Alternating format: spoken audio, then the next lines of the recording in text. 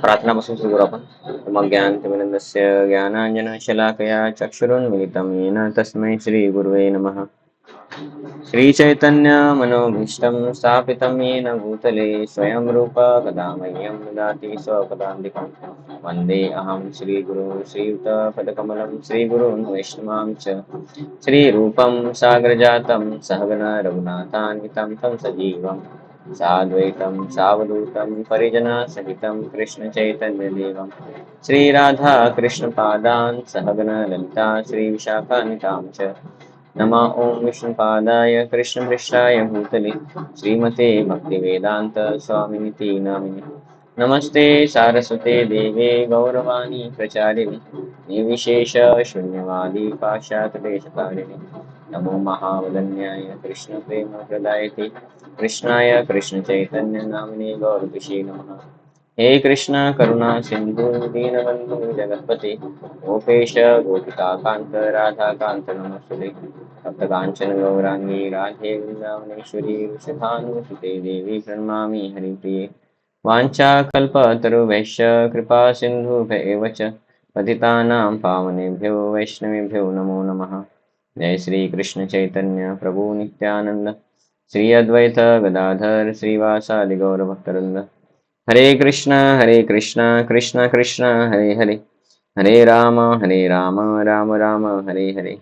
मूकं करोति वाचालं पंगुं लङ्घयते गिरिं यत्कृपातमहं वन्दे श्रीगुरुदीनतारिणं परमानन्दमाधवं श्रीचैतन्येश्वरं.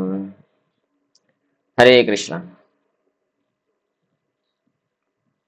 तर आता मराठीतच बोलू आपण, कारण की सगळे मराठीच बघतायत. तर पण मी ते रेकॉर्डिंग करत असतो तर मग हिंदीमध्येच करतो है ना, म्हणजे मग आणखी काही लोक असतात जे उदय पांडे प्रभू हे ते ऐकतात, तर मग त्यांना हिंदी पण समजेल, तो हिंदी में करते हैं.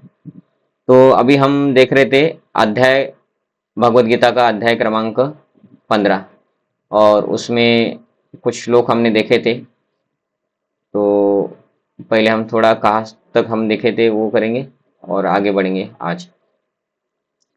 तो ये 15वां अध्याय का 15 नंबर श्लोक, ये बहुत फेमस श्लोक है और ये हमने देखा था, जिसमें भगवान बोलते कि सर्वस्य च अहम हृदि सन्निविष्टो मत्त स्मृतिर्ज्ञानम अपोहनम च. तो इसमें भगवान क्या बोल रहे हैं कि मुझसे ही, मैं सबके हृदय में रहता हूँ, मुझसे ही स्मृति है ना, मत्तः स्मृति, मेरे से ही स्मृति आती है, ज्ञान. कोई बोलता है मैं बहुत बुद्धिमान हूँ, ये हूँ वो हूँ, तो वो सब ज्ञान भगवान दे रहे. और अपोहनम, हमारे जीवन में कुछ कष्टदायक घटना घटती है तो उसको भूलना चाहिए. अगर नहीं भूलते हैं तो फिर जीवन में सुखी नहीं हो सकते. कि एक बार कुछ कष्टदायक घटना घटी और उसको याद आ रहा है बार बार, तो वो उसको अगर नहीं भूलेगा तो उसको जीवन में सुख नहीं आएगा. तो भूलना भी एक आशीर्वाद है जो भगवान ने हमको दिया है ना. और भगवान बोलते हैं वेद मैंने रचे हैं और सभी वेदों से मुझे ही जानना है, और मैंने ही रचे हैं इसलिए मुझे सार पता है, और मैं ही हूँ जो सबके हृदय में रहता हूँ. तो ये हमने देखा था. बाद में इसके बाद के और भी बाकी के श्लोक हमने देखा था. तो नेक्स्ट श्लोक में वो बोलते कि शर अक्षर, दो प्रकार के जीव होते हैं. तो शर अक्षर, तो भौतिक जगत आध्यात्मिक जगत. भौतिक जगत में जो लोग रहते हैं वो शरीर लेते हैं और शरीर मरता है, आत्मा नहीं मरती है. तो लेकिन भौतिक जगत में है, माया के अधीन है, उनको शर बोला है. लेकिन जो भगवान के धाम में है उनको अक्षर बोला है. अभी वो भी जीव है, वो भी अक्षर है, उनको शरीर नहीं मिलता इसलिए उनको अक्षर बोला है. और ये जो भौतिक जगत में जो जीव है जिनको शर बोला है वो नहीं मरते हैं, आत्मा तो मरता ही नहीं है, लेकिन फिर भी वो आत्मा को क्या बोला है, शर, ऐसा. क्योंकि वो भौतिक जगत में कष्ट भोगता है, माया के अधीन है, अलग अलग शरीर लेता है, उसको त्यागता है, इसकी वजह से. आगे 17 नंबर का भी हमने देखा था. भगवान बोलते कि मैं इन दोनों आत्मा, भौतिक जगत की बद्ध आत्मा और आध्यात्मिक जगत की मुक्त आत्मा, उन दोनों से परे हूँ. तो भगवान इधर क्लियर कर रहे हैं कि मैं कोई साधारण आत्मा नहीं हूँ आप जैसा है ना, हमारे जैसा कोई साधारण आत्मा नहीं है कि भौतिक जगत में आता है तो भौतिक शरीर धारण करता है, ऐसा नहीं है. तो इधर भगवान ये क्लियर कर दे रहे हैं कि मैं कोई साधारण आत्मा नहीं हूँ. और भगवान बोलते कि मैं परमात्मा हूँ, क्योंकि एक आत्मा एक शरीर में रहता है, लेकिन भगवान परमात्मा ही मतलब क्या, भगवान हर एक जीव के हृदय में है. इतना ही नहीं, अंडांतरस्थ परमाणु चयांतरस्तम, हर एक दो दो एटम बोलते हैं, तो अणु बोलते हैं, अणु। तो हर एक अणु में भगवान है, और दो अणु के बीच में अगर जगह है तो उधर भी भगवान है। तो भगवान सर्वव्यापी है। परमात्मा रूप में भगवान हर एक के हृदय में है, और बाहर भी है, क्योंकि वो सर्वव्यापी है। तो हर जगह भगवान है। तो हर जगह हम आत्मा हो सकती है क्या? नहीं हो सकती। इसलिए भगवान अलग है, नॉर्मल जीव से अलग है। मुक्त जीव जो भगवान के धाम में, उससे भी अलग है। ऐसा नहीं कि मुक्त बनने के बाद वो मुक्त जीव भगवान बन गया, ऐसा भी नहीं है। मुक्त जीव, नॉर्मल जीव अलग रहते हैं, बद्ध जीव, मुक्त जीव अलग अलग रहते हैं, और भगवान दोनों से परे होते हैं।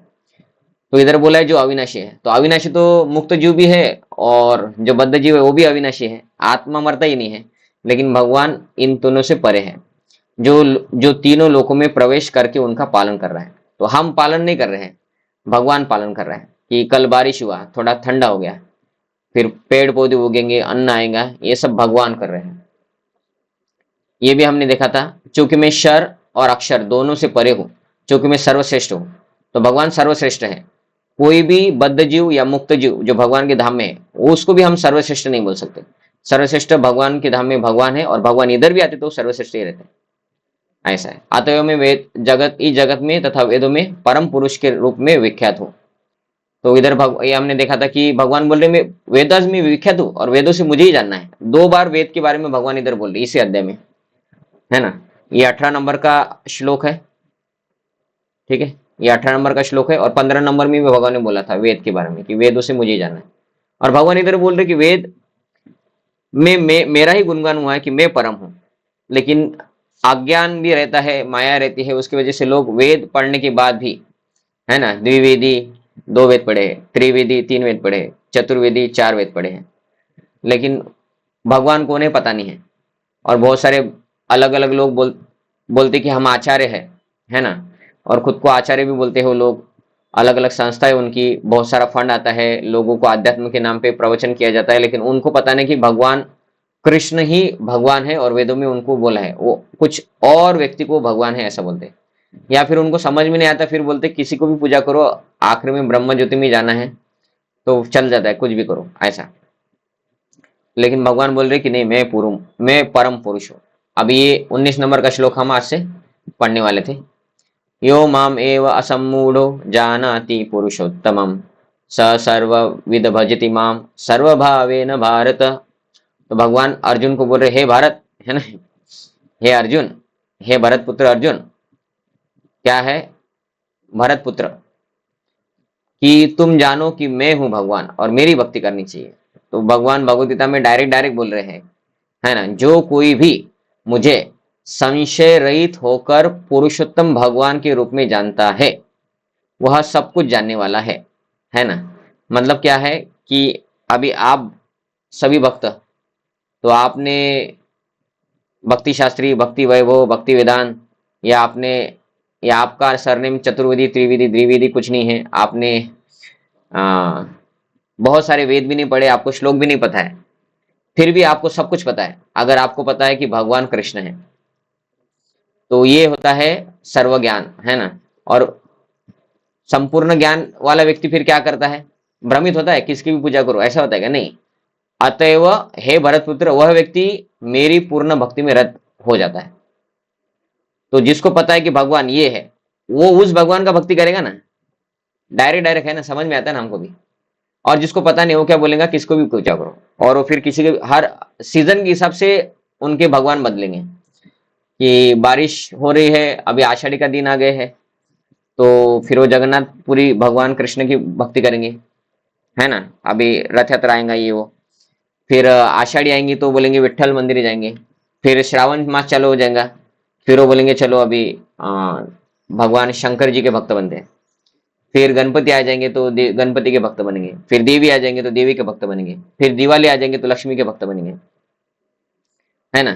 तो एक व्यक्ति के पास अगर ज्ञान नहीं है, तो वो क्या करता है, अलग अलग देवी देवता के पास जाता है। और जिसके पास ज्ञान है कि भगवान कौन है, तो उस एक भगवान की भक्ति करने से सब कुछ करेंगे ना, क्योंकि वो तो पालन करता है। उसकी अगर भक्ति किए तो वो हमारा पालन करने वाला है। जिसको गारंटी नहीं कि कौन पालन करता है, वो क्या करेगा, वो सब तरफ जैक लगाता है ना। जैक समझ में आता है ना आपको? कि भाई ये काम नहीं किया तो, ये शिव जी ने काम नहीं किया तो वो भगवान नहीं होंगे, तो शिव जी के हाथ में कभी कभी कुछ नहीं रहता है ना। तो फिर गणपति को भी थोड़ा मस्का लगा दो, थोड़ी हराड़, है ना।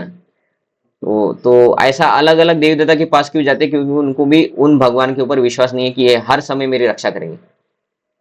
और जिसको अगर विश्वास हो जाता है कि ये मेरी हर समय रक्षा करता है, तो व्यक्ति उसकी ही भक्ति करता है। फॉर एग्जाम्पल पैसा, है ना, कि पैसा ऐसा एक भगवान है कि वो भगवान हर एक व्यक्ति को बचा लेता है, और हर एक व्यक्ति पैसे के पीछे पागल है, पैसे का भक्त है। क्यों? क्योंकि लोगों को लगता है पैसे से सब कुछ होता है। तो ऐसा अगर विश्वास उनका अगर भगवान के ऊपर आ जाए कि भाई भगवान सब कुछ करते हैं, तो वो उस भगवान को छोड़ के किधर नहीं जाएंगे। लेकिन वो भगवान ऑथराइज शास्त्रों से होना चाहिए, वेदों से। तो भगवान इधर बोल रहे हैं कि अगर किसी व्यक्ति को समझ में आ गया कि मैं ही भगवान हूं, तो वह सब कुछ जानने वाला है। उसको भगवत गीता की 108 श्लोक नहीं पता है ना। उसको भागवतम के इंपॉर्टेंट श्लोक नहीं पता है 18,000 में से। उसको अगर कोई एक श्लोक बताए और उनको बोलेंगे कि इसको कंप्लीट करो, मैं पहला लाइन बोलता हूँ, दूसरा तुम बोलो, तीसरा मैं बोलता हूँ, चौथा तुम बोलो, वो भी नहीं आता है।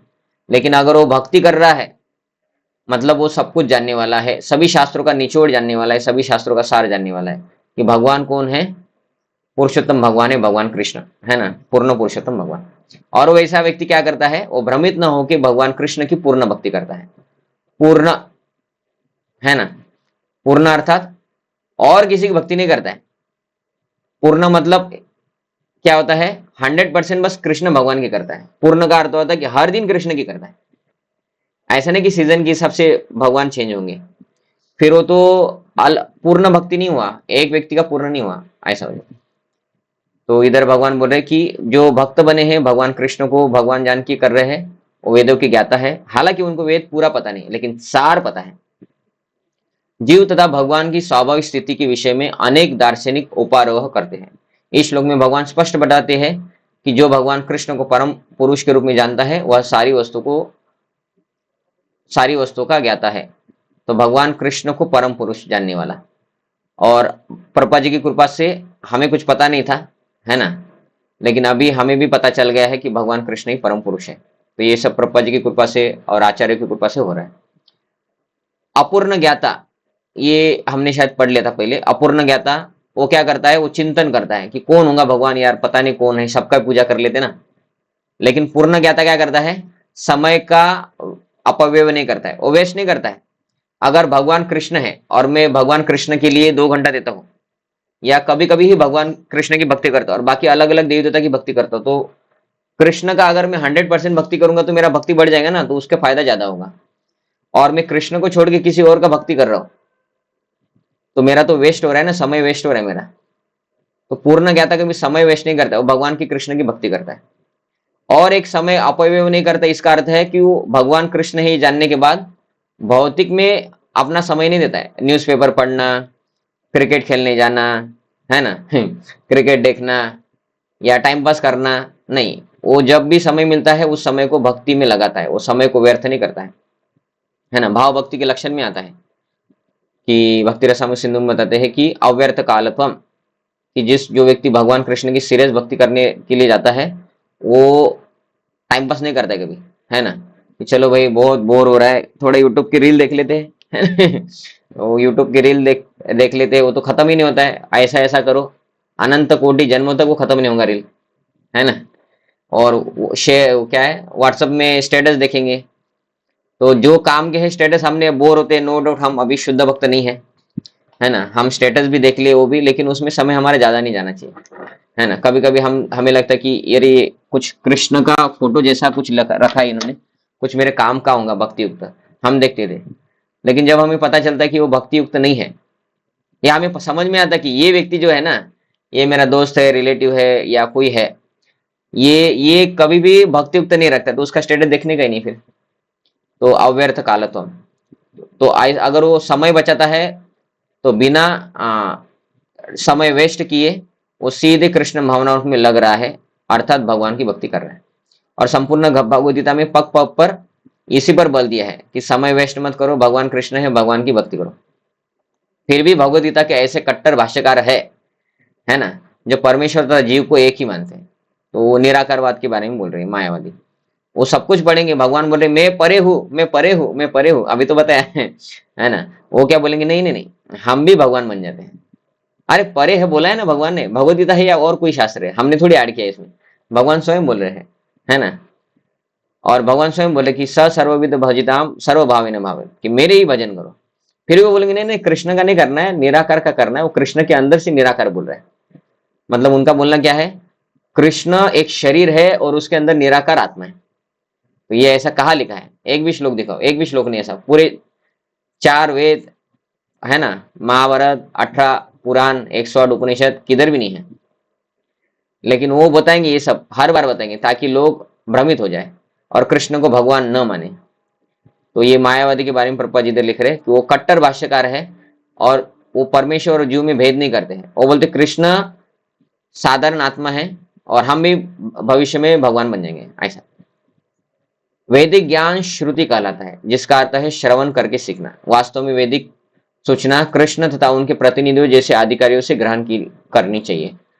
तो वैदिक या वेद समझना, ये वेद समझना किससे समझना है हमें, कोई भी अहरा गहरा नत्थु खैरा जो अपने आप को आचार्य बोलता है, उससे हम वेद नहीं समझ सकते। वो व्यक्ति खुद पालन नहीं कर रहा अपने जीवन में, उसने किसी से सीखा ही नहीं है ना, वो परंपरा में नहीं है, तो ऐसे व्यक्ति से नहीं सीख सकते, क्योंकि वो परंपरा में सीखा नहीं है तो प्रामाणिक नहीं है। और कोई अप्रामाणिक संप्रदाय भी रहता है, तो वो प्रामाणिक संप्रदाय 4 में आ रहा है क्या, वो भी देखना पड़ेगा। और ऐसे लोगों से ही हम वैदिक जो आता है ज्ञान, उसको हम सुन सकते हैं। लेकिन अभी ये सब बातें पहले की है, अभी हमें दूसरे का सुनना ही नहीं है। अभी हम इस्कॉन में है, ऑथराइज संप्रदाय है, अभी अपना घर का छोड़ के अभी दूसरे का क्यों सुनना है ना। तो 4 संप्रदाय है, ये है ऑथराइज है क्या, वो ऑथराइज है क्या, फिर ये ऑथराइज है तो इस्कॉन को छोड़ देते हम और किसी और का प्रवचन सुनेंगे, फिर ये भी तो ऑथराइज है ना, तो इस्कॉन ऑथराइज नहीं क्या, इस्कॉन को क्यों छोड़ना है फिर है ना। तो अभी ये नया ट्रेंड शुरू हो गया, जब से यूट्यूब फेमस हो गया तब इस्कॉन के भक्त भी इस्कॉन के प्रवचन कम सुनते हैं, क्योंकि इस्कॉन के प्रवचन में थोड़ा नींद आती है, वो ऐसा इंटरेस्टिंग नहीं बताते हैं, और थेरी बताते हैं, जैसे मैं अभी बता रहा हूँ, थेरी बता रहा हूँ। तो लोगों को अच्छा नहीं लगता है, वो क्या करते हैं, ऐसा कुछ सुनते हैं यूट्यूब पे इधर उधर के भक्तों का। अभी वो भी भक्त है, अच्छे भक्त है, हमसे तो उन्नति है, मेरे से तो उन्नति है, लेकिन फिर वो हमारे संप्रदाय में नहीं है, और उनके जो शॉर्ट्स आते हैं वो लोगों को भक्ति की तरफ लाने के लिए है। लेकिन हम क्या करते हैं, वो शॉर्ट सुनना ही मेरा श्रवणम है या उनके ऐसे कुछ प्रवचन सुनना। अब मैं इस्कॉन में हूं, लेकिन इस्कॉन का भक्तों का मैं प्रवचन नहीं सुनूंगा, और यूट्यूब पे किसी और व्यक्ति की हम बोलते प्रभु जी ये ठीक है ना, ये ऑथराइज भक्त है क्या, हम बोलते नहीं अच्छे ही है, वो अनऑथराइज नहीं, वो निराकारवादी नहीं है, तो फिर उनका ही मैं प्रवचन सुनूंगा, हो गया मेरा श्रवण तो ऐसे भी कुछ भक्त करते, तो वो नहीं है श्रवण, है ना।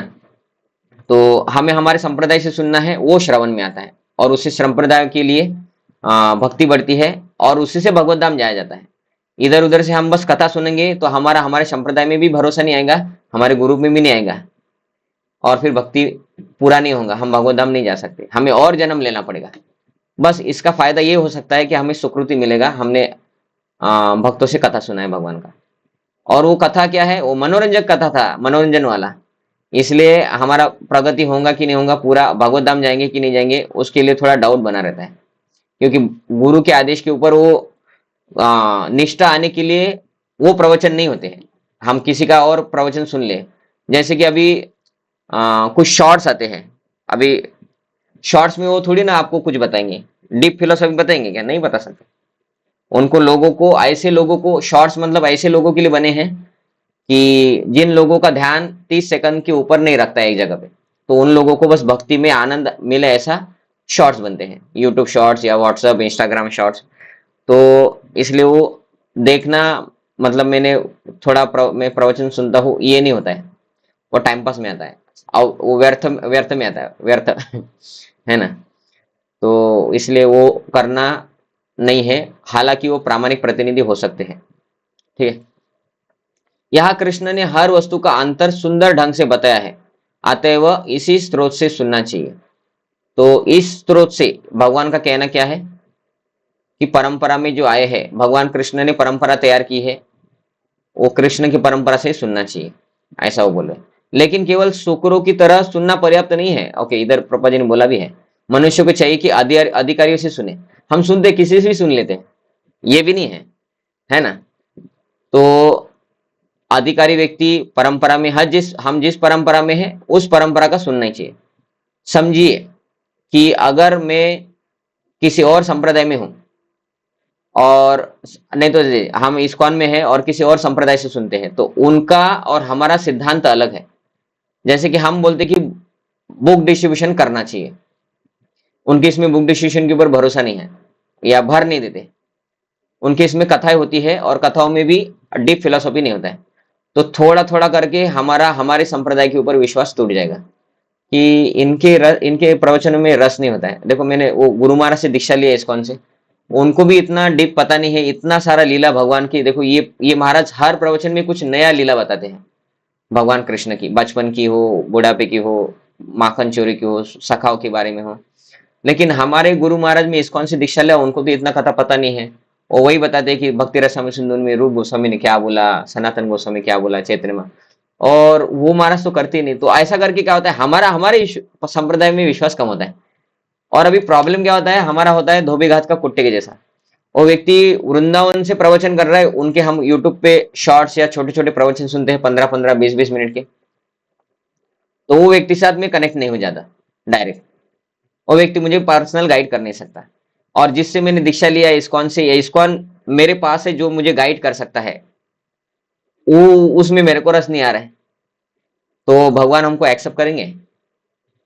भगवान बोले कि तुम किसी का भी नहीं हो है ना, तुम्हारा शरणागति है ही नहीं। तुम्हारा शरणागति जो संप्रदाय तुम्हारे लिए मैंने भेजा था, जिसके पास तुम हो, उस संप्रदाय का तुमने प्रवचन वचन सुन के जिनका आपको गाइडेंस मिल रहा है, वो गाइडेंस के हिसाब से जीना चाहिए था। आपने आपके आलसी मन का गाइडेंस लिया। आपका आलसी मन बोल रहा था नहीं, ये यूट्यूब पे सुन लो, बस हो जाएगा, और आपने वही किया। तो भगवान बोले तुम्हारा शरणागति भक्तों में नहीं है, तुम्हारा शरणागति ऑथराइज संप्रदाय में भी नहीं है, तुम्हारा शरणागति तुम्हारे मन, जो काउंसलर है तुम्हारा मन, उसके हिसाब से तुमने किया। तो तुमको मैं भगवत धाम कैसे लेके जाऊं, है ना। तो इसलिए हम यूट्यूब पे जो सुनते हैं, वो हमारा हियरिंग रीडिंग कभी भी नहीं हो सकता है। अगर वो, है ना, अभी इसमें भी कंडीशंस है। अगर आपके गुरु महाराज का आप सुन रहे हैं या इस्कॉन के प्रवचन सुन रहे हैं, वो भी लंबे लंबे वाले, है ना, आधा आधा घंटा, एक एक घंटा, अगर नोट्स के साथ सुनते तो बहुत अच्छा है। तो वो सिद्धांत बता रहे, जिस संप्रदाय में आप है उस संप्रदाय का आप लेक्चर सुन रहे, वो भी लंबा लंबा। अगर हम हमारे संप्रदाय का भी शॉर्ट सुन रहे, समझे कि मेरा वो बनाते हैं, इंस्टाग्राम पे डालते हैं शॉर्ट्स, है ना, और आप बोलते कि वो प्रवचन सुन रहे, तो वो भी भक्ति नहीं है क्योंकि वो शॉर्ट्स आपके लिए बना ही नहीं है, इस्कॉन के भक्तों के लिए है ही नहीं वो शॉर्ट्स। वो शॉर्ट्स इंस्टाग्राम पे जो लोग 30 सेकंड के ऊपर अपना मन केंद्रित करके नहीं देख सकते, उनके लिए है ना। तो इसलिए ये भक्ति में नहीं आता है शॉर्ट्स देखना। लंबे लंबे प्रवचन जो इस्कॉन के हैं वो देखना ही भक्ति में आता है। वो आप लिख सकते कि मैंने श्रवण किया इतना घंटा, क्योंकि वो उसमें सिद्धांत बताया जाता है। तो ऐसा नहीं कि केवल शुष्क चिंतन करें। शुष्क चिंतन, ये जब भी श्लोक आता है, ये शब्द आता है, आपको समझ लेना चाहिए प्रभुपाद जी इस शब्द से ज्ञानी या मायावादी लोगों को इंगित कर रहे हैं, पॉइंट आउट कर रहे हैं। शुष्क चिंतन मतलब क्या है? भगवान निराकार है, कोई भी भगवान है, किसी का भी भक्ति करो। 5 तत्व है, 5 तत्व का किसी का भी भक्ति करो। विष्णु, शंकर, दुर्गा, गणपति, सूर्य, किसी का भी भक्ति करो। मनुष्य उसके बाद निराकार ज्योति में जाता है। तो ये शुष्क चिंतन है कि भगवान निराकार है, अभी मेरे को भगवान का चिंतन करना है। ठीक है, आप क्या करो, आप दिए के ऊपर चिंतन करो ना, है ना। नहीं तो दीवार पे एक काला टीका लगा दो, उसके ऊपर ध्यान केंद्रित करो, है ना। और कुछ लोग अलग अलग प्रकार से मेडिटेशन सिखाते हैं, लेकिन भगवान कृष्ण का रूप है, उनका नाम जप करो और उनका रूप देखो, वो चिंतन कोई सिखाता नहीं। ये है शुष्क चिंतन। ये निराकारवादी, मायावादी, ये सब लोग ऐसा करते हैं, है ना। जिसको शास्त्रों का सार नहीं समझा है कि भगवान कृष्ण है, वो बोलते हैं कि ऐसा ऐसा करो, कुछ तो बताएंगे, है ना। वैसे बहुत सारे संप्रदाय हैं, कुछ लड़कियों के मतलब स्त्रियों के भी संप्रदाय है इसमें, है ना, कि जो भगवान कृष्ण को नहीं मानते, वो उनके कोई शर्ट पैंट वाले सफेद कपड़े पहने हुए आचार्य उनको भगवान मानते हैं। और वो बोलते कि भगवान कृष्ण कृष्ण नहीं है, ये हमारे आचार्य है, ये बाबा है या कोई, ये भगवान है। तो वो बाबा भगवान ये कौन से शास्त्र में लिखा है ना। तो ऐसे बहुत सारा, वो भी शुष्क चिंतन में आते हैं। उन्होंने ही अपना एक भगवान तैयार किया है। मनुष्य को विनीत भाव से भगवदगीता सुनना चाहिए कि सारे जीव सदैव भगवान के अधीन है। हम सब भगवान के अधीन है, हम कुछ भी नहीं कर सकते। अभी देखिए थोड़ी देर पहले अभी आपकी तरफ भी धूप आ गई होंगी, अभी मेरे तरफ धूप आ गई है ना। तो थोड़ी देर पहले क्या हो रहा था, बारिश का वातावरण था, धूप नहीं थी, तो बहुत अच्छा लग रहा था, ठंडा ठंडा। अभी धूप आ गई, अभी ये धूप में जो खड़े होंगे बैठे होंगे उनको धूप सहन नहीं होती होंगी। तो हमारे हाथ में कुछ है क्या, धूप को अभी बंद कर सकते हैं? कल तक तो धूप ही धूप था, है ना, बारिश भी नहीं हो रहा था। तो हमारे हाथ में कुछ है? कुछ नहीं है, सब भगवान कर रहे हैं। लेकिन हम उस भगवान को ही पिक्चर में से निकाल देते हैं, बोल देते कि वो निराकार है, कृष्ण नहीं है। तो ये भगवान के खिलाफ ईर्ष्या हो जाती है, इसलिए ईर्ष्या भी बोली जाती है ऐसा मानने वाले लोगों को। जो भी इसे समझ लेता है वही कृष्ण के कथनानुसार वेदों के प्रयोजन को समझता है, अन्य कोई नहीं समझता। कि भगवान कृष्ण ही कौन है, क्या लिखा है कि जो भगवान कृष्ण की ही भक्ति करता है बिना संशय की, भगवान कृष्ण ही पूर्ण पुरुषोत्तम भगवान है, वो सब कुछ जानने वाला है। और जो भगवान कृष्ण को पूर्ण पुरुषोत्तम भगवान नहीं समझते हैं उनको कुछ भी पता नहीं है ना। उनको अन्य कोई नहीं समझता। तो अन्य भरपूर बहुत सारे संप्रदाय हैं, लेकिन उनको भक्ति करने के लिए वो क्यों नहीं बोलते, क्योंकि उनको सारी नहीं पता। फिर अपना अपना कोई तो भगवान बना के उनकी पूजा करो, ऐसा होता है। भजती शब्द का अर्थ अत्यंत सार्थक है, इस स्थान कई स्थानों पर भजती का संबंध भगवान की सेवा के अर्थ में व्यक्त हुआ है। तो स सर्वविद भजती माम, वो मेरा अच्छे से भजन करता है, इसका अर्थ भगवान की सेवा भी करता है। भजन करना बस हमारे जैसे बद्ध आत्मा के लिए मैं बस नाम जप करता हूँ, ये भजन करने में नहीं आता है, बस हमारे लिए सेवा भी है। जो व्यक्ति निष्ठा रुचि आसक्ति भाव प्रेम ये लेवल के ऊपर चला जाता है या भाव भक्ति में है, उसको भाव भक्ति में भाव आ रहा है, उसके उसको माला जप करने में या पढ़ने में या आग बन करके भगवान का भाव आ रहा है, उसको सेवा करने की जरूरत नहीं है जो भाव स्टेज में है। अदरवाइज हम अनर्थ निवृत्ति और भजन क्रिया में ही है, हम निष्ठा में भी नहीं है। तो हम लोगों के लिए सेवा इंपॉर्टेंट है। तो ये भजती शब्द का अर्थ क्या है, भगवान की सेवा। तो हमें भजन भी करना है, भगवान का भजन करना मतलब सेवा करना और नाम जप करना। कोई बोलते हैं नहीं मैं अभी बहुत सारा नाम जप करता हूँ सेवा नहीं करता, नहीं होगा। कोई बोलता है मैं बहुत सारा सेवा करता हूँ नाम जप नहीं करूंगा, नहीं होगा। दोनों भी बैलेंस करना पड़ता है, भक्ति करना पड़ता है, भौतिक भी संभालना पड़ता है ना। भक्ति में आने के बाद कोई अगर जॉब पे है उसको जॉब भी करना है और घर गृहस्थी भी संभालना है, वैसे ही नाम जप भी करना है, सेवा भी करना है। हम शुद्ध भक्त नहीं है कि बस नाम जप करूंगा मैं सेवा नहीं करूंगा, जो भी सेवा है दूसरों को बोलेंगे तुम करो तुम करो तुम करो, है ना, मैं नाम जप करता हूँ मैं नाम जप करता हूँ। तो हम उस स्तर पे नहीं है। और गुरु महाराज ने हमको आदेश नहीं दिया है कि तुम 64 माला करो, गुरु महाराज ने हमको आदेश नहीं दिया है कि तुम 32 माला करो रोज और सेवा कम करो, है ना। तो वो नाम जप अगर एक्स्ट्रा भी करेंगे सेवा को स्किप करके, तो सेवा करते तो हमारे अकाउंट में सेवा का बेनिफिट जाता है। लेकिन अभी हमने 16 की जगह 32 माला कर रहे रोज, और सेवा हम कर सकते थे, हम अवेलेबल थे, लेकिन मैं नहीं किया और उसके बदले में 32 माला किया। 32 माला की जगह हमें बस एक माला का ही फर्क मिले, ये फल मिलेगा दूसरे 16 माला का, मतलब 17 माला हो जाएंगे। पहले 16 जो गुरु ने बोला है और एक माला दूसरे 16 किया, उसका एक ही माला मिलेगा। ये एक भी नहीं, 1% बोला जाता है तो 16 माला का 1% मतलब कितना होता है, एक्स्ट्रा करेंगे तो होता ही नहीं ज्यादा। तो गुरु ने हमको नहीं बोला कि आप सेवा छोड़ो और बस जप करो, है ना, या 64 माला रोज करो। तो अगर गुरु बोलते और हम 64 माला करते तो हमको 64 माला का बेनिफिट मिलता। लेकिन गुरु ने हमको सेवा दिया है, नया मंदिर है कंस्ट्रक्शन कीजिए, फंड कलेक्शन कीजिए, लोगों को जुड़िए, ये सब। और अभी हम क्या बोलते हैं, नहीं नहीं ये गुरु महाराज ने जो निर्देश दिया है उससे मेरा भला नहीं होगा, मतलब गुरु महाराज को समझता नहीं है। वो बोलेगा कि गुरु महाराज ने जो सेवा दिया है कि ये करना है वो करना है, मंदिर का सिस्टम क्रिएट करना है, सेटअप करना है, अच्छा मंदिर बनाना है, हमें पुणे मुंबई जैसा, है ना, सब व्यवस्थित करना है। वो बोलते नहीं नहीं ये गुरु महाराज ने जो बोला है उससे मेरा भक्ति नहीं होगा, मेरे को पता है, देखो मैंने शास्त्र में पढ़ा है ना, इधर लिखा है कि ज्यादा जप करने से होता है। तो मैं अभी गुरु ने जो सेवा दिया है उसको मैं सेवा नहीं करता, मैं किसी और को दे देता हूँ या कैसा भी करके सेवा कंप्लीट कर देंगे, है ना। और मैं अभी जप करता हूँ बहुत सारा, 64 माला करता हूँ, तो भी भक्ति नहीं होगा क्योंकि गुरु के आदेश नहीं पालन कर रहे। तीसरा नाम अपराध है ना, गुरु का आदेश पालन न करना। तो ये भजति का शब्द का अर्थ अलग अलग लोग अलग अलग लगा सकते हैं कि भजन ही करो, अभी सेवा मत करो। कोई बोलेगा सेवा ही करो, भजन मत करो, है ना। 16 माला नहीं हुआ तो चलता है, सेवा ज्यादा करो अभी, तो ये भी गलत है। कि प्रभु जी आज मैंने क्या किया, मैंने ये किया, वो सेवा की, वो सेवा, मेरे को आज 16 माला करने के लिए समय ही नहीं मिला, मैं बाद में थक गया था, सो गया था, वो भी भगवत धाम नहीं जाएगा, है ना। क्योंकि गुरु ने ये भी नहीं बोला है कि तुम इतना सेवा करो कि तुम्हारा माला नहीं होगा करके। तो गुरु ने दोनों भी बोला है, मतलब दोनों बैलेंस करना है, ऐसा है, ठीक है। तो गुरु के आदेश पालन करना ही सबसे महत्वपूर्ण है। गुरु अगर बोलते हैं कि अभी तुम्हारे लिए सेवा महत्वपूर्ण है तो सेवा करना पड़ेगा। गुरु बोलते हैं कि तुम अभी संस्कृत सीखो, है ना, और शास्त्र लोगों को समझाओ, तो वो सेवा नहीं कर रहा है उसमें, वो संस्कृत सीख रहा है, संस्कृत सीखने में प्रवचन करने में अपना समय दे रहा है। और 16 माला तो करना ही है सबको, 16 माला भी कर रहा है, तो वो करके उसका ज्यादा सेवा नहीं है फिजिकल, क्योंकि गुरु ने बोला है, तो वो भी भगवत धाम जा सकता है। तो गुरु के आदेश बहुत सारा हो जाता है ना। यदि कोई व्यक्ति पूर्ण भगवान कृष्ण भावनाओं में रत है, अर्थात भगवान की भक्ति करता है, तो यह समझना चाहिए कि उसने सारा वैदिक ज्ञान समझ लिया है। तो भगवान कृष्ण की भक्ति कर रहा है मतलब उसको सब शास्त्र समझ में आ रहे हैं। वैष्णव परंपरा में यह कहा जाता है कि यदि कोई कृष्ण भक्ति में लगा रहता है तो उसे भगवान को जानने के लिए किसी अन्य आध्यात्मिक विधि की आवश्यकता नहीं रहती।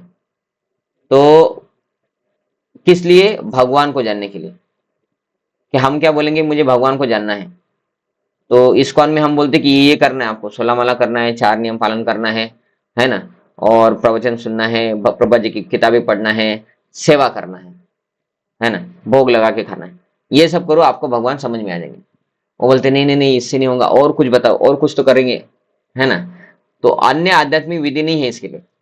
यही है कि जो भक्ति में हमको पता चला है वैष्णव संप्रदाय से, वैष्णव परंपरा में कहा जाता है कि यदि कोई कृष्ण भक्ति में लगा है तो ये श्रवणम कीर्तनम विष्णु, ये जो हम कर रहे हैं, सुबह जप करना, प्रवचन सुनना, प्रवचन करना, किताबें पढ़ना, प्रभा जी क्या है, और प्रवचन भी इसको से ही सुनना, क्योंकि प्रवचन सुनना मतलब वो अनेक अनेक अनेक विचार हो जाते लोग। मैंने यूट्यूब पे सुन लिया किसी का भी प्रवचन नहीं, अगर पॉसिबल है तो ऑफलाइन प्रवचन सुनने का अगर मौका मिलता है तो मंदिर में जाके समय निकाल के ऑफलाइन प्रवचन सुनना चाहिए। और नो डाउट कोई बड़े बड़े वैष्णव यूट्यूब पे प्रवचन देते हैं और हमें उनका डायरेक्ट सानिध्य नहीं मिलता है, जैसे राधेश्याम प्रभु महाराज जी हो गए, है ना। तो ऐसे बड़े बड़े लोगों का फिर क्या यूट्यूब पे आ रहा है फिर भी सुनेंगे नहीं क्या? नहीं, ऐसे कंडीशन में उनका भी सुनना है कि एक्स्ट्रा। और मंदिर में जो अवेलेबल होते हैं संडे फीस, भागवतम, अगर हमें समय मिलता है तो उसमें आके ऑफलाइन भी सुनना चाहिए। तो ये सब करने से भक्ति होता है। तो अन्य आध्यात्मिक विधि नहीं है, यही है, प्रवचन सुनना है, भगवान की भक्ति करना है, माला जप करना है, भोग लग खाना, यही विधि है, अन्य विधि कोई नहीं है। भगवान की भक्ति करने के कारण वह पहले से लक्ष्य तक पहुंचा रहता है। भगवान की भक्ति कर रहा है मतलब भगवान तो लक्ष्य है ना उसका, ऐसा बोल रहे। वह ज्ञान की समस्त प्रारंभिक विधियों को पार कर चुका है। तो ये भगवान, ये प्रभा जी ने इधर लाइन की लिखा, ये लाइन प्रभा जी ने लिखा है, एक श्लोक है भगवद गीता में ही, बहुनाम जन्मनाम अन्ते ज्ञानवान माम प्रपद्यते, कि बहुत जन्मों तक कोई कोई व्यक्ति क्या करता है, भगवान कृष्ण को नहीं समझता है और गलत गलत संप्रदायों के प्रवचनों में फंस जाता है। तो वो ज्ञान प्राप्त करता है कि सुबह जल्दी उठना चाहिए, रात को जल्दी सोना चाहिए, वेजिटेरियन होना चाहिए, नॉनवेज नहीं खाना चाहिए, योगा करना चाहिए, लोगों को तकलीफ नहीं देना चाहिए, धर्म करना चाहिए, यज्ञ करना चाहिए, है ना। इसमें भक्ति नहीं है। ये ज्ञान है बस कि भाई ठीक है, कोई व्यक्ति बुरा कर रहा है, नॉनवेज खा रहा है, दारू पी रहा है, उससे अच्छा तो ये ठीक है। तो लेकिन वो भगवान कृष्ण है वो पता नहीं चला, वो किसी और को भगवान मान रहे कि भाई ये व्यक्ति भगवान है ना। या क्या है, बारबरिक बारबरिक थे जिन्होंने वो महाभारत देखा था, वो भगवान है, वो भगवान कृष्ण ही है। तो कौन से शास्त्र में लिखा है? या कोई बोलता है कि ये व्यक्ति भगवान है, स्वामी समर्थ भगवान है, गजानन महाराज भगवान है, तो उनका पूरा जीवन उस संस्था में चला जाता है।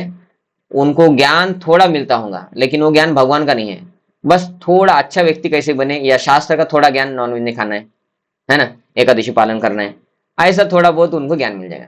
ऐसे व्यक्ति जो डायरेक्ट भक्ति में नहीं आए हैं और अलग अलग संप्रदाय में जुड़े हैं, उनको अनेक जन्म लगते हैं ये ज्ञान प्राप्त करके भक्ति में आने के लिए। तो उनको बहुनाम जन्मनाम अंते, तो ज्ञान की अलग अलग समस्त प्रकार की विधियों को पार करके फिर एक जन्म, अनेक जन्मों के बाद फिर उसको समझता है कि भाई भगवान कृष्ण है भगवान। तो हम भी उसी कैटेगरी के हैं, है ना। हम कुछ अलग नहीं है।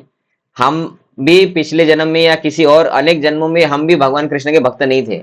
हम भी ऐसे ही अलग अलग अपसंप्रदाय के शिष्य थे, उनमें शिक्षा लिया होगा, हो सकता है हम सन्यासी भी होंगे उस संप्रदाय के, और हमने बहुत सारे वैष्णव भक्तों का प्रचार रोक के अपना गलत प्रचार भी किया होगा, है ना, पिछले जन्मों में।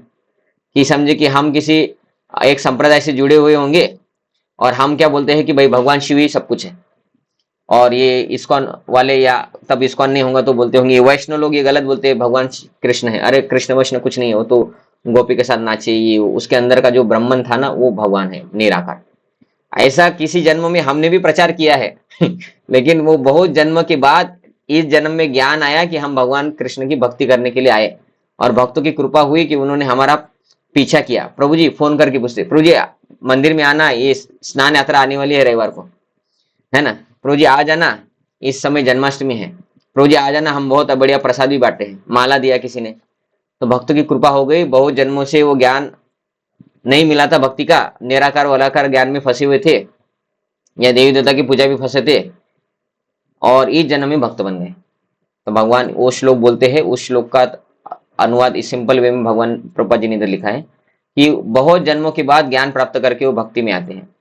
इसका अर्थ है जो अभी भक्ति कर रहा है उसने पिछले जन्म में ये सब कुछ किया है, अभी उसको ये नहीं करना है, निराकार वराकार नहीं करना है। लेकिन यदि कोई लाखों जन्मों तक चिंतन करने पर भी इस लक्ष्य तक नहीं पहुंच पाता कि श्री कृष्ण ही भगवान है, मतलब वो निराकार को भगवान मानता है और उनकी शरण ग्रहण नहीं करना चाहता, सॉरी, और उनकी ही शरण ग्रहण करनी चाहिए, मतलब भगवान कृष्ण ही भगवान है और उनकी शरण ग्रहण करना है, उसे ये पता नहीं चलता है, तो क्या होगा, तो उसको अनेक जन्मों का चिंतन व्यर्थ है।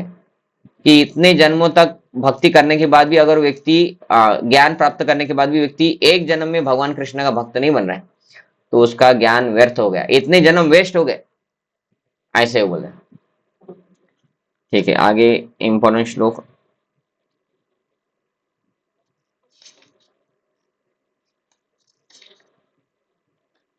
15 हो गया हमारा, 15-19 हो गया। ठीक है, इस अध्याय के महत्वपूर्ण श्लोक हो गए। अभी जितने श्लोक बाकी है, अभी इसमें कितने श्लोक बाकी है, 20वां अध्याय नहीं, आखिरी श्लोक है ये, सॉरी 15वां अध्याय है, 20वां श्लोक है। हे अनग, यह वैदिक शास्त्रों का सर्वाधिक गुप्त अंश है जिसे मैंने अब प्रकट किया है। जो कोई इसे समझता है वह बुद्धिमान हो जाएगा और उसके प्रयास पूर्ण होंगे। तो भगवान बोल रहे हैं कि वैदिक शास्त्रों का सर्वाधिक गुप्त अंश है, ये सीक्रेट है। सीक्रेट है इसलिए सभी लोगों को इसका चाबी या इसका इंफॉर्मेशन नहीं मिलता है, वो लोग अलग अलग जगह ढूंढते बैठे हैं। जैसे कि एक सोना है और वो जमीन के अंदर है और वो उसको ढूंढना है, तो आसान है क्या सोना, सोने की खान किधर है करके, आसान है क्या, नहीं है। लेकिन कुछ लोग भाग्यवान है, उसको सोने का खान भी मिल सकता है। तो भाग्यवान लोग हम हैं जिसको गुप्त धन मिल गया है भगवान कृष्ण की भक्ति। बाकी लोग सब ढूंढ रहे हैं, किसी को हड्डी मिल गई पूर्वजों की, है ना, किसी को एक मटका मिला उसमें मट्टी थी बस, क्योंकि सोना गायब हो गया। कुछ लोगों को पेट्रोल के साठे मिलते हैं, कुछ लोगों को पानी मिल जाता है, बोलते इधर पानी है बहुत, इधर बोरिंग करो अभी। और कुछ लोगों को भक्ति मिलता है। तो ऐसे अलग अलग लोग भक्ति के लिए प्रयास करते हैं, लेकिन उनको भक्ति नहीं मिलता है, क्योंकि भगवान कृष्ण है वो पता नहीं चलता है, वो अलग अलग जगह घूमते रहते हैं। तो गुप्त ज्ञान है कि भगवान कृष्ण है और उन्हीं की भक्ति करना चाहिए। ये सभी को समझ में भी नहीं आता है, क्योंकि ये गुप्त है और उनका भक्ति नहीं है उतना। ये कुछ ही लोगों को समझ में आता है जिनके ऊपर एक तो भगवान के शुद्ध भक्त की कृपा हो गई, अन्यथा उनका कुछ सुकृति है। तो जो कोई इसे समझता है वह बुद्धिमान हो जाएगा और उसके प्रयास पूर्ण होंगे, मतलब वो इस जन्म में जो भी अध्यात्म में करेगा वो अध्यात्म वेस्ट नहीं होगा, वो भगवान के धाम चला जाएगा आपको एक दिन, या इसी जन्म में अगले जन्म में। लेकिन अगर वो भगवान कृष्ण को भगवान नहीं समझता है और भगवान कृष्ण की भक्ति की जगह अलग कुछ कर रहा है, तो उसका ऐसा कितने जन्म हो जाएंगे वो भगवान के धाम नहीं जाएगा, क्योंकि अपो संप्रदाय से कनेक्टेड है ऐसा। ठीक है, तो ये 15वां अध्याय यहाँ पे समाप्त हो जाता है। और हम हमारे पास अभी समय है तो हम 16वां अध्याय भी हम शुरू कर लेते आज।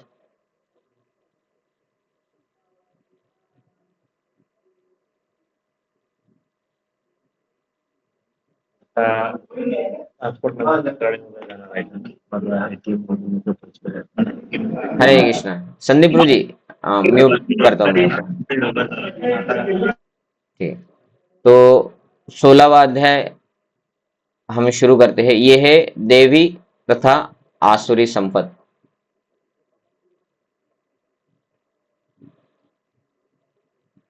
देवी तथा आसुरी स्वभाव यानी संपद। तो ठीक है, लेवल 1 से शुरू करते हैं। तो ये एक श्लोका रत्नावली बुक रहता है, इसमें इंपॉर्टेंट श्लोका रहते हैं। ये इसका लेवल 1 है, लेवल 2 है। पहले हम लेवल 1 के श्लोक कंप्लीट करते हैं, इस अध्याय के इंपॉर्टेंट, फिर लेवल 2 करते हैं। इसमें 23 नंबर लिखा है और इसमें इसमें ज्यादा रहते हैं लेवल 2 में। इसमें 7 नंबर का भी लिखा है। ठीक है, तो 7 नंबर तक हम डायरेक्ट डायरेक्ट जाते हैं। तो ओके, प्रभु जी का एक प्रश्न है, गुप्त है लेकिन, ओके, किधर गया प्रश्न?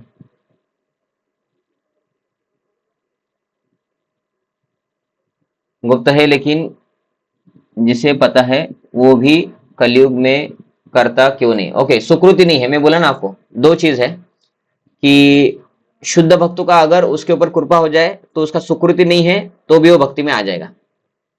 जैसे कि ध्रुव महाराज जा रहे थे, प्रहलाद महाराज, ध्रुव महाराज के ऊपर कृपा हो गया नारद मुनि का, तो भक्त बन गए, है ना ऐसा। और जिनका सुकृति है तो वो भक्तों के कांटेक्ट में आएंगे, फिर भक्त उनके ऊपर कृपा करेंगे।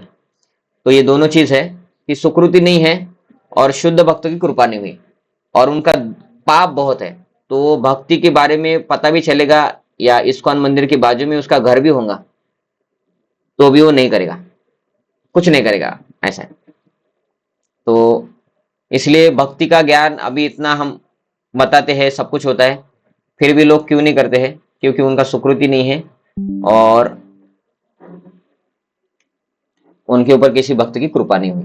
एक तो सुकृति होना चाहिए, तो भगवान भक्तों की कृपा होनी चाहिए। ठीक है, पहला दूसरा तीसरा ये 3 श्लोक एक साथ है, उसका हम अनुवाद पढ़ते हैं। भगवान ने कहा, अभी देखिए लास्ट 15वां अध्याय का आखिरी श्लोक वो भी भगवान ही बोल रहे थे। भगवान क्या बोले कि ये 15वां अध्याय में जो मैंने बताया आपको, ये सबसे गुह्य ज्ञान है।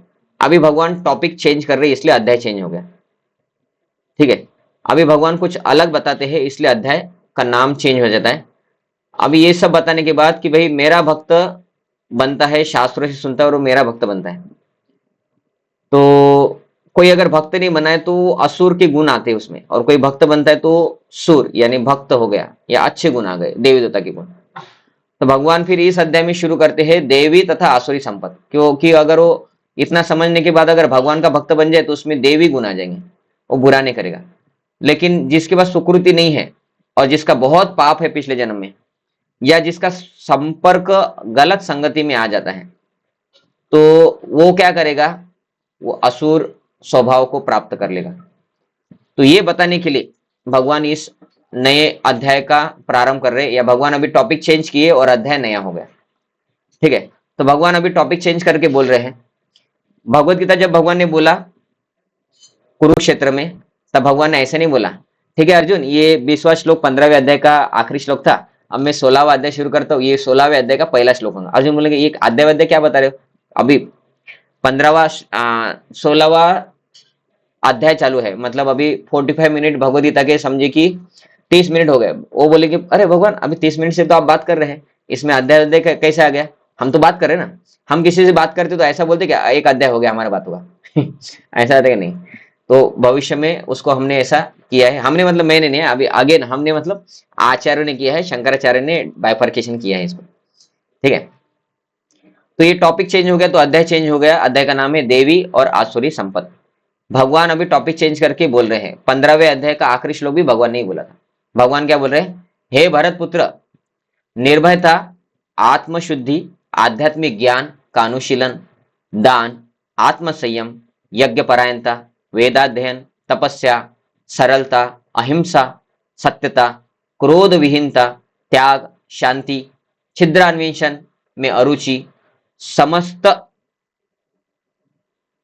जीवों पर करुणा यानी समस्त जीवों पर करुणा, लोभ विहीनता, लोभ नहीं होना चाहिए, भद्रता, लज्जा, संकल्प, भद्रता मतलब अच्छे गुण, संकल्प, तेज, क्षमा, धैर्य, पवित्रता, ईर्ष्या तथा सम्मान की अभिलाषा से मुक्ति, मतलब ईर्ष्या और सम्मान की अभिलाषा से मुक्ति, न अमान्य न माने देना। ये सारे दिव्य गुण हैं जो देवी प्रकृति से संपन्न देवतुल्य पुरुषों में पाए जाते हैं। तो एक बार फिर से मैं आपको थोड़ा थोड़ा करके इसको बारे में हम चर्चा करेंगे। भगवान क्या बोल रहे हैं? निर्भयता, मैं आत्मा हूं, मैं मरूंगा क्या? नहीं मरूंगा, निर्भय हो गए हम है ना। लेकिन हमें फिर भी थोड़ा डर लगता है। तो निर्भयता एक और है कि मैं आत्मा हूं के अलावा भगवान मेरी रक्षा करते हैं, है ना। मैं ये करूंगा लेकिन ये अगर सही है तो भगवान मेरी रक्षा करेंगे। अगेन हो गए निर्भयता, अभय चरण, है ना। प्रभुपा जी का नाम था अभय चरण, मतलब क्या है? भगवान की शरण ली हुए है तो निर्भय हो गए। तो ऐसे कि हम भक्ति कर रहे हैं तो हमारा कुछ नुकसान नहीं होने वाला है कि भाई मैं भक्ति कर रहा हूँ और मेरा कुछ ये हो जाएगा तो भगवान मेरी रक्षा नहीं करेंगे। नहीं, हम भक्ति करेंगे, अच्छा व्यक्ति बनने का प्रयत्न करेंगे तो हमारा साथ अच्छा ही होगा। अगर हमने पहले कुछ बुरा करके रखा है तो बुरा ही होने वाला है ना। तो निर्भयता क्या है? भगवान हमारी रक्षा करेंगे, मैं आत्मा हूं, मैं मरूंगा नहीं, मेरा नसीब में जितना है उससे ज्यादा मैं भक्ति कर रहा हूँ इसलिए भगवान मुझे देंगे। ये है निर्भयता। आत्मशुद्धि मतलब आत्मा की शुद्धि। अभी आत्मा की शुद्धि में बहुत कुछ आता है। ये जो नीचे दिखा है, लिखा है क्रोध विहीनता, ये भी उसमें आ सकता है ना। आत्मा शुद्ध हो गया, काम क्रोध लोभ मोह मद मत्सर्य से मुक्त हो गया, तो आत्मशुद्धि वो भी हो सकता है। आध्यात्मिक ज्ञान का अनुशीलन, मुझे जो भगवत गीता भागवतम या आध्यात्मिक जो ज्ञान है उसको मैं जीवन में उतारता भी हूँ, उसको अनुशीलन बोलते हैं। कि भाई कलयुग में भगवान को प्राप्त करने का एकमेव उपाय है हरि नाम हरि नाम हरि नाम। तो बाहर के लोग भी बोलते हैं हाँ हरि नाम के अलावा तो कुछ है ही नहीं प्रभु जी। हम बोलते प्रभु जी आप कितना हरि नाम करते फिर? अरे समय ही नहीं मिलता है ना। हरिनाम ही बेस्ट है। भगवान तो कलयुग में हरिनाम से ही आए हैं, है ना। और भगवान कृष्ण ही है। बहुत अच्छा है कि आप भगवान के भक्त है। हम बोलते फिर आप भक्ति करो ना, नहीं हमारे पास समय ही नहीं है, नाम जप करने के लिए समय नहीं है ना। तो ज्ञान का अनुशीलन मतलब हमें जो पता है उसको जीवन में उतारना भी है। कि हम अगर बोलते हैं कि भाई हाँ भगवान कृष्ण भगवान है, वही तो भगवान है, सब कुछ वही तो चला रहे, है ना। ऐसे बात भी करते लोग कि अरे सबका करता रहता तो भगवान ही है, सब कुछ उनके हाथ में है, तो फिर आप उनकी भक्ति करो ना। नहीं हमारे पास समय नहीं है, तो वो ज्ञान नहीं है फिर है ना।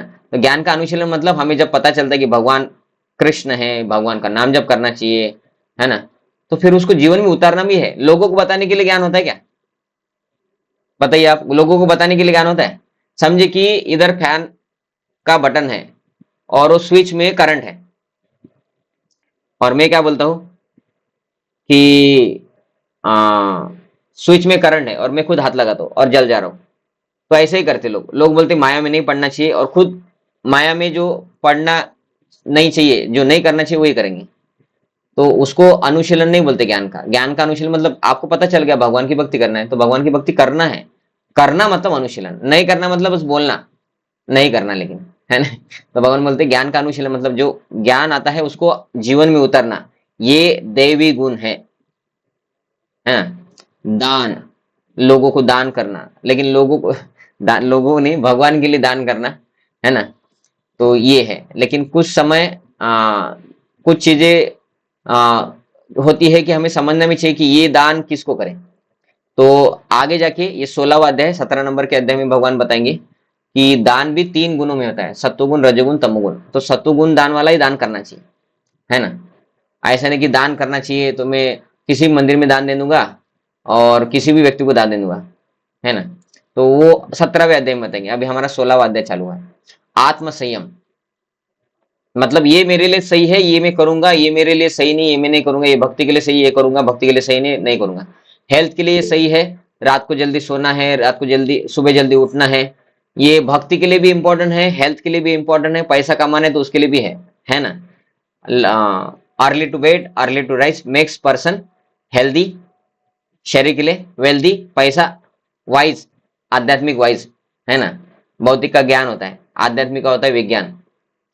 तो वो भक्ति में प्रगति करने के लिए, पैसा में प्रगति करने के लिए, शरीर अच्छा रखने के लिए रात को जल्दी सोना है, सुबह जल्दी उठना है। तो ये हमें पता है, और हम क्या करते हैं, हम रात को 12-1 बजे तक आराम से टीवी सीरियल सब सब करके सोते हैं और सुबह उठते हैं 8 बजे।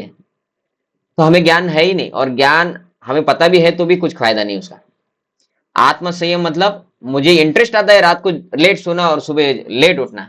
आत्म संयम मतलब मैं खुद को कंट्रोल करूंगा, रात को जल्दी सो जाऊंगा, सुबह जल्दी उठूंगा, मैं नॉनवेज नहीं खाऊंगा, मैं दारू नहीं पीऊंगा, मैं गलत चित्र या वीडियोज नहीं देखूंगा। तो ये सब आत्म संयम हो गया। यज्ञ परायणता, तो कलयुग के लिए भगवान बोलते हैं कि यज्ञ नाम जप यज्ञ, कि अलग अलग यज्ञ करना चाहिए लेकिन जप यज्ञ सबसे बड़ा यज्ञ है। तो ये यज्ञ परायणता मतलब जप करना चाहिए, जप करने वाला व्यक्ति में दिव्य गुण है, इनडायरेक्टली ऐसा भगवान बोल रहे हैं। लेकिन यज्ञ परायणता मतलब बाकी के योगों के लिए यज्ञ भी हो सकता है कि ओम स्वाहा स्वाहा स्वाहा। अब मैं बोलता हूं आपको रोज यज्ञ करना है, ठीक है। और आप जितने भी अभी ऑनलाइन हैं, आप सब लोग क्या कीजिए, यज्ञ शुरू करने से पहले 3 घंटा फैन बंद कर दीजिए। अभी होगा हमसे यज्ञ, हमसे फैन बंद करके एक जगह बैठा भी नहीं जाएगा। अब फैन बंद करके यज्ञ करना है रोज 3 घंटा, हमसे नहीं होगा। इसलिए कलयुग के लिए बोले नाम जप करो भाई, कूलर लगाओ, एसी लगाओ, फैन लगाओ, है ना, लेकिन एक जगह बैठ के नाम जप करो। तो हमारे लिए यज्ञ परायणता क्या है फिर? अभी इतना गर्मी हो रहा है, उसमें फैन बंद करके यज्ञ करना है हमको रोज, ये यज्ञ परायणता हो जाएगा हमारे लिए? भगवान को समझ में नहीं आता है, हमको बोल दिया कि भाई यज्ञ करना है रोज। नहीं, हमारे लिए बोला है भगवान ने यज्ञ परायणता मतलब रोज नाम जप करना। वेद अध्ययन, वेद अध्ययन ये भी रोज करेंगे। वेद अध्ययन क्या है? प्रभुपाद जी की किताबें, है ना।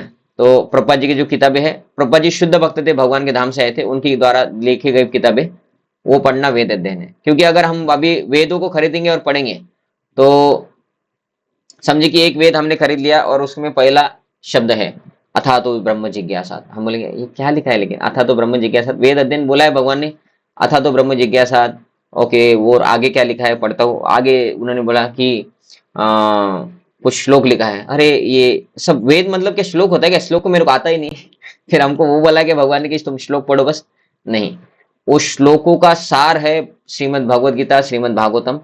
और वो श्रीमद् भागवतम भगवद गीता भी श्लोक है, वो हम पढ़ने से नहीं समझेगा, तो उसको अनुवाद और उसका तात्पर्य लिखा है प्रभुपाद जी ने, तो वेद ही है, उसको पढ़ना है। तपस्या, 25 तारीख को निर्जल एकादशी आने वाली है ना। सभी एकादशी का पालन करना है, निर्जल एकादशी का पालन करना है। अगर हमसे सहन होता है तो बिना जल से करना है, नहीं सहन होता है तो जल फल खा के करना है। लेकिन इन सब में क्या करना है? इन वेद अध्ययन और यज्ञ करना ही है। एकादशी के दिन हरि नाम जप करना है, प्रभुपाद जी की किताबें पढ़ना है। अगर हम हरि नाम जप करके ही कर सकते हैं तो भी ठीक है, लेकिन नहीं कर सकते तो थोड़ा वेद अध्ययन भी कर लीजिए, प्रवचन सुन लीजिए, ये सब तपस्या है। एकादशी को सोने में व्यर्थ करके मत बने गमाइए, है ना कि भाई टाइम पास करना है, जल्दी से जल्दी 24 घंटा चला जाए निर्जल वाला, तो सो लेते हैं, है ना। ऐसा नहीं। तो तपस्या क्या है? जब हम जगे हैं तब हमें भगवान का नाम जप करना है, ज्यादा से ज्यादा सब कुछ करना है। सरलता, अब ये सरलता क्या है? सरलता मतलब सिंपल लिविंग, कि हम ऐसा जी सकते हैं कि एकदम टाइट सूट बूट कपड़े पहनेंगे, टाइट एकदम, है ना, सेंट वेंट लगाएंगे, बाल एकदम ठीक करेंगे, बाल जेल वेल लगा के एकदम बाल ठीक करेंगे, और किधर भी जाना है स्टाइल मारेंगे। वो रहते ना 4 व्हीलर का चाबी रहता है, लोग लोग जेब में नहीं डालते, बाहर से लटकाते ताकि लोगों को दिखे कि मैं हमारे पास 4 व्हीलर है, तो स्टाइल मारना बोलते उसको। वो सरल नहीं है है ना। तो सरलता मतलब क्या है? जितना जरूरी है उतना हम परिधान करते हैं, है ना। हमारा भारतीय पोशाक है, स्त्रियों के लिए साड़ी, पुरुषों के लिए धोती कुर्ता, या तो एटलीस्ट सिंपल पहने, है ना। बहुत स्टाइल वाला, बहुत सारे इधर फटा है इधर फटा है, स्त्रियां इधर फटा हुआ पहनती है, बच्चे इधर घुटने पे फटा हुआ पहनेंगे, स्टाइल मारेंगे, तो सरलता नहीं हो। तो सरलता क्यों बोला है? क्योंकि जो व्यक्ति सरल है उसका परिधान सरल होगा, उसका मन भी सरल हो जाएगा, वो भगवान की भक्ति अच्छे से करेगा। जिसका मन जटिल है वो वैसे कपड़े भी परिधान करेगा, कपड़ों से और मन जटिल हो जाएगा। वो बोलेगा नहीं नहीं, भक्ति करने से क्या होता है, मेरे को दिखाना है लोगों को, है ना, मेरे को पास पैसा होना चाहिए, ये होना चाहिए, वो होना चाहिए, स्टाइल मारेंगे, लड़कियों को इम्प्रेस करना है हमको, है ना, लड़कियां स्टाइल मारेंगी, लड़कों को इम्प्रेस करना है, तो वो सरल नहीं होगा फिर। अहिंसा, अहिंसा मनुष्य के तरफ भी अहिंसा, पशु पक्षियों की तरफ भी अहिंसा, ये होता है अहिंसा। ऐसा ऐसा नहीं कि बस हम किसी भी लोगों का बुरा नहीं करते और हम सोमवार से शनिवार तक नॉनवेज नहीं खाते, हम बस रविवार को ही नॉनवेज खाते हैं। पशुओं को मार रहे हैं तुम तो हिंसा कर रहे हो फिर, है ना। वो पशु कौन है, मनुष्य नहीं क्या, वो एक दिन मनुष्य शरीर लेगा फिर वो मनुष्य हो गया। और भगवान की दृष्टि में मनुष्य को मारना भी पाप है और पशु को मारना भी पाप है। तो अहिंसा मतलब पशु हो, पक्षी हो, मनुष्य हो, किसी के प्रति हम हिंसा नहीं करना है, इसको अहिंसा बोलते हैं। सत्यता, सत्यता मतलब सही बोलना, जो जो है सत्य वो बोलना, है ना, झूठ बोल के काम करवाना नहीं है। क्रोध विहीनता मतलब क्रोध तो आता ही है, तो एकदम से आ गया तो नहीं होता है, हमारा जाता नहीं है, क्योंकि हमारा इंद्रिय कंट्रोल निकल जाता है। लेकिन क्रोध विहीनता मतलब क्या है, जब गुस्सा आता है और चला जाता है तब उसके ऊपर विचार करना, अरे यार मैं फालतू में उस समय मेरा कंट्रोल निकल गया था, और अगले समय थोड़ा सावधान रहना कि ये परिस्थिति में मेरे को क्रोध आता है, उस परिस्थिति को मैं पहले से समझा के रखूं, नहीं नहीं इधर ऐसा अभी बिहेव नहीं करना है। कोई उस उधर में चला जाऊंगा, मेरी सास या बहू या बेटा या बेटी या कोई बॉस या मंदिर में है तो दूसरा भक्त मुझे ये ऐसा बोल सकता है, मुझे थोड़ा गुस्सा आता है, लेकिन मैं कंट्रोल करूंगा। उसने मेरे को गुस्सा आने के लिए बोला तो मैं उसको, है ना, कुछ नहीं करूंगा ऐसा। तो थोड़ा प्रयत्न करना पड़ेगा, फिर वो थोड़ा थोड़ा कम होगा। क्रोध विहीनता। त्याग, त्याग आसक्ति के ऊपर आता है। अभी हमारा 9 बज रहे हैं, तो बाकी हम अगले रविवार को लेंगे इसके आगे वाला, तो यहाँ पे हम रुक जाते हैं। एक प्रश्न है। हाँ हाँ, पूछिए पूछिए, ए, पूछिए पूछिए। हाँ, मतलब अभी मैं वाराणसी गया था हमारी गर्मियों की छुट्टियों में। हाँ बोलिए बोलिए। तो मैंने देखा है, ये तो रोज का देखना है कि आज के जमाने में लोगों में बिल्कुल सहनशीलता नहीं रही गई। थोड़ा भी हम्म टच भी हो गया तो डांटना, चिल्लाना, क्रोध हम्म करना हम्म शुरू हो जाता है। हम्म। ऐसा पहले तो बहुत कम था, लेकिन अभी बहुत ज्यादा हो रहा है। ऐसा क्यों हो रहा है? कलयुग के लक्षण में आता है, प्रायेण अल्प आयुष्य सभ्य कलो अस्मिन् युगे जना मंद सुमंद मतयो मंद भाग्या थी उपद्रुता। उपद्रुता का अर्थ होता है कि कॉरलसम। इंग्लिश में प्रभा जी लिखते हैं उपद्रुता मतलब क्या होता है, झगड़ालू। तो ये एक हो गया श्लोक। कलयुग के बारे में एक और श्लोक, एक एक जगह आता है कि कलयुग के 2 लक्षण हैं, एक है ढोंग और दूसरा है झगड़ा।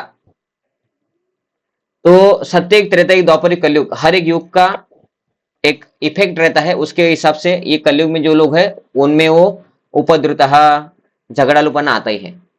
दूसरा झगड़ालूपना क्यों आता है, क्योंकि उनका इंद्रिय कंट्रोल नहीं है। झगड़ा कब आता है, गुस्सा आता है। गुस्सा कब आता है, इच्छा पूर्ण नहीं हुई। इच्छा पूर्ण नहीं हुई इसलिए झगड़ा आया, क्यों, क्योंकि उस इच्छा में वो वस्तु पाने के लिए मैंने आसक्ति लगाया था। तो वो जाता है फिर आसक्ति को, कि हमारा अगर आसक्ति है, इसलिए भगवान बोलते हैं कि त्याग करो, आसक्ति को छोड़ दो। हमारा आसक्ति है, मैं ये मिलना चाहिए मेरे को, ठीक है, मेरा सैलरी में इंक्रीमेंट होना चाहिए था। आज 23 तारीख है, 1 तारीख को ही इंक्रीमेंट होना चाहिए था, लेकिन मैनेजर ने जानबूझ के बॉस को, मैंने इतना अच्छा काम किया पिछले महीने में, पिछले साल में, वो बताया नहीं, इसलिए नया सेमेस्टर चालू हो गया लेकिन मेरा इंक्रीमेंट नहीं किया। तो मेरा इच्छा पूर्ण नहीं हुआ, इसलिए मेरे को क्या होगा, अभी वो मैनेजर के खिलाफ ईर्ष्या होंगी, द्वेष होगा, मैं उसके जाके झगड़ा करूंगा। तुमने क्यों, मैंने बोला था तुमको, आप ऐसे ही करते हो, वो आपके आपके लोगों का इंक्रीमेंट करा तो मेरे नहीं करता। और झगड़ा हो गया। क्यों हो गया झगड़ा, क्योंकि मेरी इच्छा पूर्ण नहीं हुई। मेरी इच्छा पूर्ण क्यों नहीं हुई, क्योंकि मेरा उसके साथ आसक्ति था, पैसे के साथ आसक्ति था, मेरी इच्छा थी वो बढ़ जाए। तो मैं 2-3 कारण बताया आपको। एक तो कलयुग का इफेक्ट रहता है, ठीक है। दूसरा है आसक्ति, आसक्ति, और आसक्ति कहां से आई, ध्यान करने से। ध्यायतो विषयान पुंसाम संगस्तेषु उपजायते संगा संजायते कामः कामात् क्रोध अभिजायते क्रोधात् भवति सम्मोह सम्मोहात् स्मृति विभ्र स्मृति भ्रंशात बुद्धिनाशो बुद्धिनाशात प्रणश्यति। तो एक व्यक्ति का सतत चिंतन चलता है कि सैलरी बढ़ेगा, सैलरी बढ़ेगा, तो ध्याय, तो चिंतन, ध्यान कर रहा है, नहीं बढ़ा, इच्छा पूर्ण नहीं हुई, क्रोध आ गया, क्रोध के बाद बुद्धि विनश्यति, बुद्धि विनाश हो जाता है, उसको समझता नहीं है कि क्या करूं, मेरा इच्छा पूरा नहीं हुआ, ये मेरे को करना चाहिए था, तुमने नहीं किया, फिर वो झगड़ा हो जाता है। तो ये कलयुग का लक्षण है, लेकिन अभी इसको हम क्या कर सकते हैं, इसको हम भक्ति में ढाल सकते हैं कि भक्ति अगर हम करते हैं तो ये सब शिथिल होते जाता है। और भक्तों में जितने भी भक्त है इधर, उन्होंने भी देखा होगा कि पहले मेरा गुस्सा इतना था, पहले मेरा भौतिक आसक्ति इतना था, मेरी तो इच्छा थी कि BMW में घूमे करके लेकिन भक्ति में आ गए, हम बोलते भी ठीक है बेबी, हमारा छोटा 4 व्हीलर है, 4 व्हीलर तो है एटलीस्ट, और छोटा है तो क्या हुआ, हम अभी ज्यादा पैसे कमाने के लिए एक्स्ट्रा काम धंधा नहीं कर रहे, हम एक्स्ट्रा माला में समय दे रहे हैं, हमारा आसक्ति कम हो रहा है। तो भक्ति एकमात्र उपाय है। अगर पूरे विश्व में अगर भक्ति का प्रचार हो जाए और गवर्नमेंट भी इसको सपोर्ट करे और फाइनेंस करे भक्ति का प्रचार करने के लिए, फूड डिस्ट्रीब्यूशन, प्रसाद डिस्ट्रीब्यूशन, और भक्तों को सपोर्ट करे कि भाई निकालो रथ यात्रा, हम स्पॉन्सर करें रथ यात्रा का, इससे प्रचार बढ़ेगा, भगवान खुश होंगे, भक्त बनेंगे लोग, तो ये झगड़ा वगड़ा कम कम होते जाएगा। ऐसा है। ठीक है गुरु जी। ठीक है। ठीक है, और किसी भक्त का प्रश्न है? ठीक है, तो हम यहाँ पे रुक जाते हैं, 9 बज गए हैं। तो धन्यवाद, आप सभी भक्तों ने ज्वाइन किया। पिछले मंगलवार को मुझे समय पे क्लास दिया था, इसलिए मैंने कैंसिल कर दिया था। अभी ये हर मंगलवार को ऐसा चलेगा, और कुछ होता है तो मैं आपको ग्रुप में मैसेज डालता ही हूँ, अगर कैंसिल भी होता है तो। हरे कृष्ण, धन्यवाद, आप सभी ने ज्वाइन किया। ग्रंथ भगवद गीता यथारूप की जय, जगत गुरु स्वामी शिल प्रभुपाद की जय, निताय गौर प्रेमानंदे, हरि हरि बोल। हरे कृष्ण, हरे धन्यवाद। कृष्ण। हरे कृष्ण। हरे